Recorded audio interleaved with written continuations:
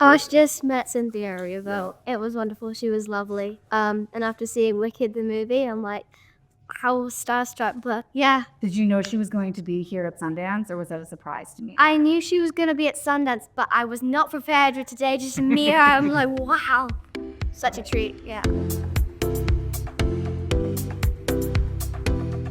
An independent movie is a miracle to get made, but beyond that, like I wanted to use all my friends who I had been working with for a decade and a half and off and on and stuff. So my DP's from here. Of course, he has like a crazy, amazing career, and the writer is from here.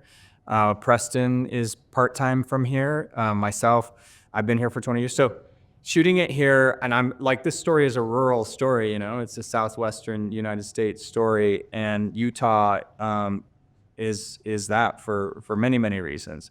So yeah, we did 20 plus days of the movie here, and the rest a few on the road in a haunted house in Wyoming, little bed and breakfast. Yeah. Haunted. Did you have an encounter? Well, there was this hotel called Elk Mountain, and it was amazing. There was all these frames on the walls with like black and white pictures of old-fashioned like people in outfits like smiling, but like it was creepy, but it was good fun. Before I get any further, I wanted to ask about Rex. What is his real name? The dog actor. I was kind of hoping maybe he would come too. Or two.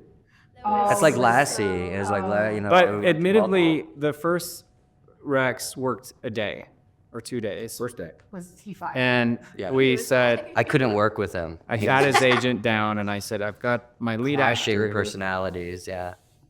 That dog was a lovely, little hyper. So we went to a much more subdued dog, which, do you remember his name? Rigger. There you go. Rigger is his name. Lives in Utah, alive and well. Count on me not to forget the dog. Yeah, lives a couple hours away. We checked it up on him for the premiere, wasn't available. It's on to other things.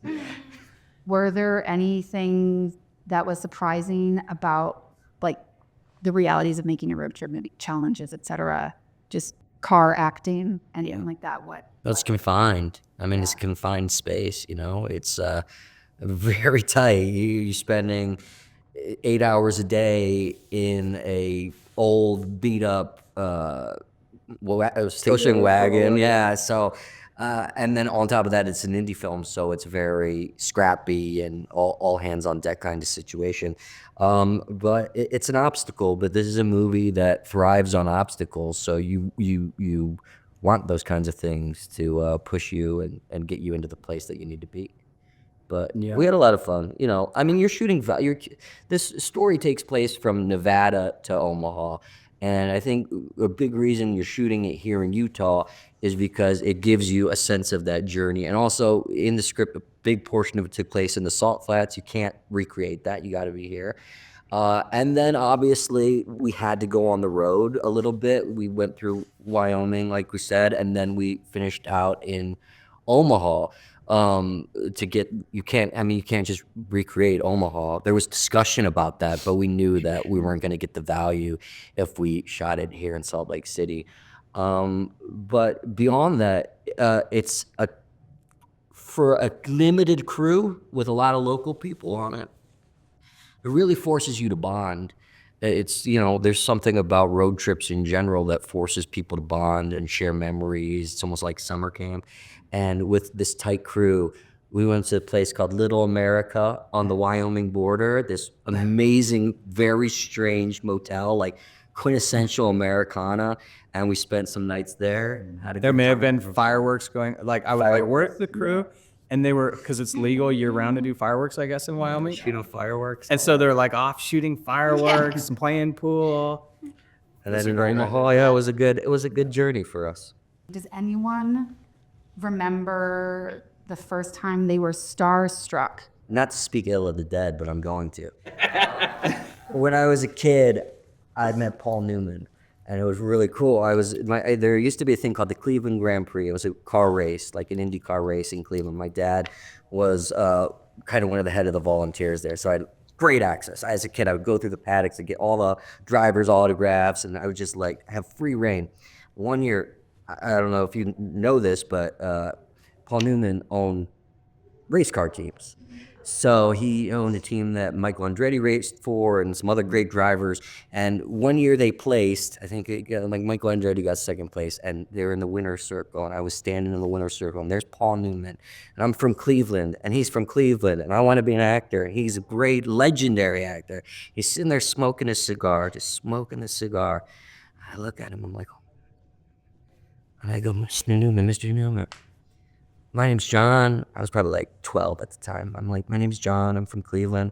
I really want to be an actor.